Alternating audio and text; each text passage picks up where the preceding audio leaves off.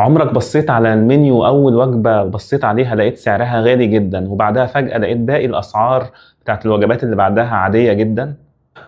الغريب إنك ما كنتش هتشتري الوجبة الغالية أصلا، بس المطعم حطها في الأول لسبب معين.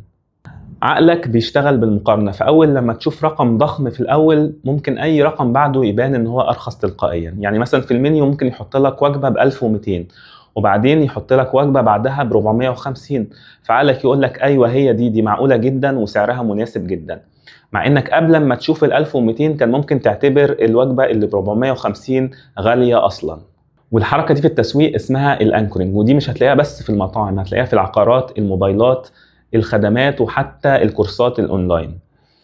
دايما هيحط لك سعر غالي في الاول عشان يبين لك ان الاسعار اللي بعدها منطقية جدا، وده معناه ان المنتج الاغلى مش معمول عشان يتباع اصلا، هو معمول عشان يخليك تشتري المنتج اللي بعده. اكتب لنا في الكومنتس اخر حاجة اشتريتها لما شفت الاختيار الاغلى الاول كانت ايه.